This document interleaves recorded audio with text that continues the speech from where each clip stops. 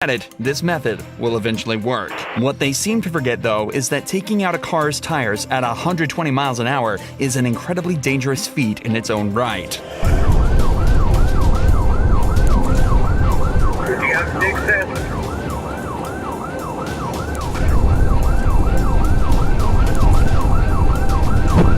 Good sticks. We got a 10.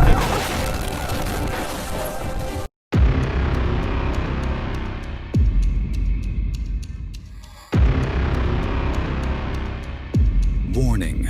The events you're about to witness are raw, real, and deeply unsettling.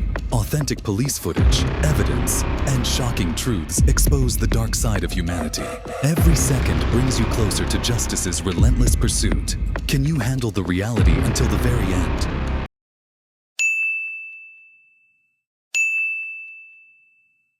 Nine, 8, 7, 6, 5, 4, 3, 2, 1. Stealing a police car is one of the riskiest things you can attempt, with any wrong move resulting in certain jail time. So what does it look like when stealing a cop car goes horribly wrong? Good sticks. We got a... Today we cover exclusive body cam footage of the few times this has happened, starting with the case of a man named Mr. Sanchez in Colorado. Police say he had been purposefully causing accidents and crashing into multiple other vehicles in the area, so they gathered a team of officers and tried to take him down. 379, slowed down, speeds of 28.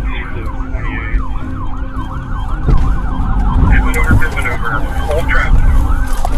TVI successful. Using a technique called the pit maneuver, or the precision immobilization technique, the cops are able to spin Sanchez's vehicle around and completely stop him in his tracks. Then they rush in to arrest him. But this is far from where the story ends. Out of the vehicle! Out of the vehicle! Out of the vehicle! What's going on? I got dogs on back! The fuck? Hands behind your back! Hands behind your back! What's going on? My girlfriend fucking shot at me, and I don't know what the fuck's going on. Sanchez frankly looks scared and confused, and even claims he's got no idea what's going on or what he did wrong. But that might at least explain what he does next. After being placed in the back of the patrol vehicle, he manages to bring his handcuffed arms under his legs so that they're in front of him, and proceeds to do this.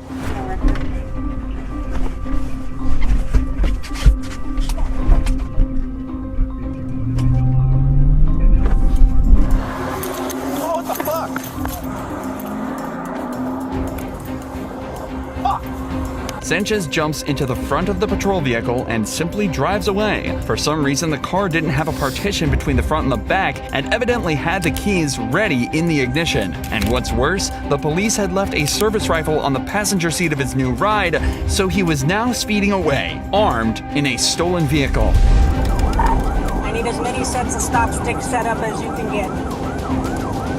Can you get a hold of State Patrol and find out if this individual is armed, please? He's not anymore. I left my rifle. The rifle is in the vehicle, passing the 390. Speed's 123. Marked Charger is the one that was stolen. I'm in the gray unmarked. He's driving down the middle of the lane. Get stop sticks out.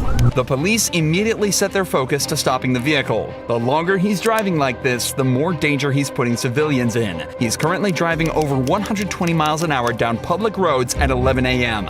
If this is allowed to continue any longer, many lives will be put at risk. So the cops aim to put stop tricks, or stingers, in place. Strips of spikes that puncture the tires and stop the vehicle in its tracks. The only issue is that Sanchez is a better driver than they realized. Coming at you, Jay. First car. Coming up on stop sticks. He missed him. Continuing eastbound. One coming up right now, and I'll come up behind him. Sanchez was able to avoid the stop sticks not once, but twice, and continues to speed down the freeway at increasingly dangerous speeds. However, the cops know exactly where he's going, and if they keep at it, this method will eventually work. What they seem to forget, though, is that taking out a car's tires at 120 miles an hour is an incredibly dangerous feat in its own right. You got sticks set?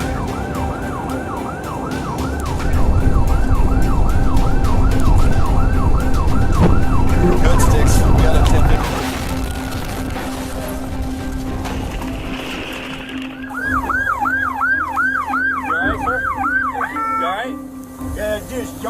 Sanchez crashed into a parked semi-truck at over 100 miles an hour, and after being removed from the wreck and taken to the hospital, he was pronounced dead. Luckily, the semi-truck driver sustained no injuries, and nobody else was hurt in pursuit. But it did come close. This pursuit was allowed to go on for much longer than it should have been, but it's astonishing that it was even able to happen in the first place. And the same goes for our next case, this time in Oklahoma. Try to steal your car. On March 30th, 2018, a woman named Angie was driving a car that had been reported stolen, and when she was pulled over and questioned about it, she had this to say. I borrowed from Stephen Curtis. He told me that I could borrow it. I swear I did not steal this vehicle. How long has Steven had it? He picked me up today. Have you seen him in it before? Yes. Do you know how he got it? No, he bought it. If he did steal it, I'm gonna have to go to jail and pay the price for it. The police know this car was stolen because it flagged up on their system. They know without a doubt that somebody had reported it as missing, but they didn't know exactly who took it. This is why they have to assume it's Angie. She was the one driving it at the time and claims the previous owner bought it straight from the dealership. And given that she has a track record, it's safe to assume she's lying about something. All right. Well, Stephen took the vehicle without permission, okay? It was reported as stolen, okay? So, you're in possession of it. I didn't know. Please. Not to mention, your driving status is flagged. So you're not even supposed to be driving, so you're going to jail. Please, is there anything I can do? I work with them, please. I worked with them on 11th and Garnett with murders and the whole prostitution thing. The Secret Service with the counterfeiting. Please, I told this officer where you can get paper tags and all that stuff. I will work with you guys. You know what? I didn't know You know it what? was stolen. Angie then tells the officers that she's in regular contact with the captain at another police department working as an informant, and could even give them information on local drug dealers. But obviously that doesn't excuse her of what she's doing here. So they decide to sit her down in a patrol vehicle while they continue the investigation. But for some reason, they decide to put her in the front passenger seat of a running police car, something that a car thief would realize instantly. And I don't feel like spending the rest of my shift trying, because I think this is all going to be a bunch of BS anyway. Well, what is she doing?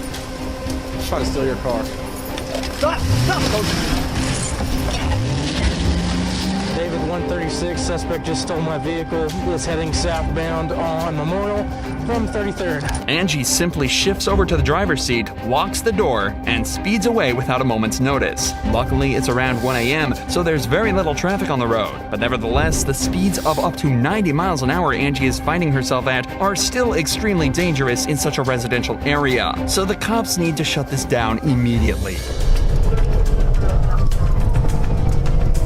David 104, still in Memorial.